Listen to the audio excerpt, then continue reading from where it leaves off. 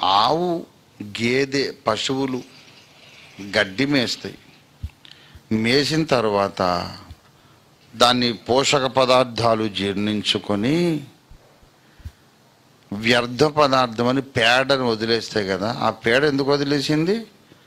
అది వ్యర్థమని వదిలేసింది. అది కూడా వ్యర్థం కాదు బాబు, అది భూమికి ఎరువు అవుతుంది అన్నారు. పేడ వ్యర్థమని వదిలేసింది ఆ జంతువు. ఆ వ్యర్థం అనుకున్న పేడ భూమికి ఎరువు అవుతుంది. భూమి మీద ఏది వ్యర్థం కాదు, అన్నిటికో ప్రయోజనం ఉంటుందన్నారు ఆయన. ఎంత మేధావి చూడండి. పేడ కూడా వ్యర్థం కాదని చెబుతుంటే నువ్వెట్లా వేస్ట్ నాకు చెప్పు. కొట్టబుద్ధి వేస్తుంది నాకు ఎవరైనా. నేను వేస్ట్ ఫెలో అంటే ఒకసారి వింటా, రెండోసార్లు వింటా, మూడోసారి దబీమని ఒకటి ఇచ్చుకోవాలనిపిస్తుంది. ఎవ్వరు వేస్ట్ కాదు.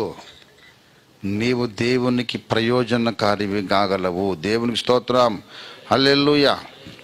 దావీదు వేస్ట్ అని అందరూ అనుకున్నారు, వాడే నాకు కావాలన్నాడు దేవుడు. నువ్వు వేస్ట్ అని అందరు అనుకుంటే పర్లేదు, నువ్వు అనుకోవద్దు. అది ఇవాళ ప్రసంగం. లోకమంతా అనుకోని నువ్వు ఒక వేస్ట్ పదార్థం అని నువ్వు అగ్రి కావద్దు. నీవు అగ్రి కావద్దు. నేను వేస్ట్ అన్న మాట నీ నోట రానివద్దు. విత్ ఆల్ యువర్ లిమిటేషన్స్, నీకున్నటువంటి బుద్ధిహీనత, నీకున్న బలహీనతలు, నీకున్న పరిమితులు అన్నిటితో పాటు నీ లోపల ఒక గ్రేట్ ప్లస్ పాయింట్ ఉంది. దేవుని వాక్యమును ఎవరైనా దూషిస్తే నీ హృదయం భగ్గుమని మండుతుంది కదూ, అది చాలు దేవునికి. ఆ చిన్న స్పార్క్ ఉంటే నేను ఒక బలమైన సాధనంగా దేవుడు చెక్కి వాడుకోగలుగుతాడు. ఎలా వాడుకుంటాడో అని అడక్కు. దేవుడు కొత్త కొత్త సిచ్యువేషన్లను సృష్టించగలడు. దేవునికి స్తోత్రం కలుగును గాక, హల్లెలూయా.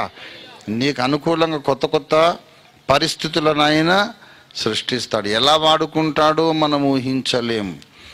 దేవుని కొరకు రోషము కలిగిన వాళ్ళ కొరకు దేవుడు ఎన్ని విధములుగా పని చేయగలడో మనం ఊహలలోనైనా దాన్ని మనం ఊహించుకోలేం.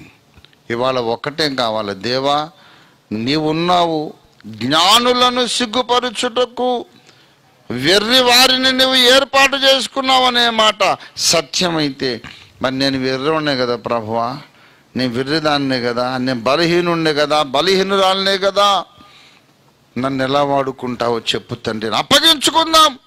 ఒక మహా ఉజ్జీవం నీ ద్వారా భారతదేశంలో రప్పించడానికి దేవుడు సమర్థుడు. రండి ప్రార్థన చేసుకుందాం. దేవుడు సమర్థుడు, దేవుడు సమర్థుడు.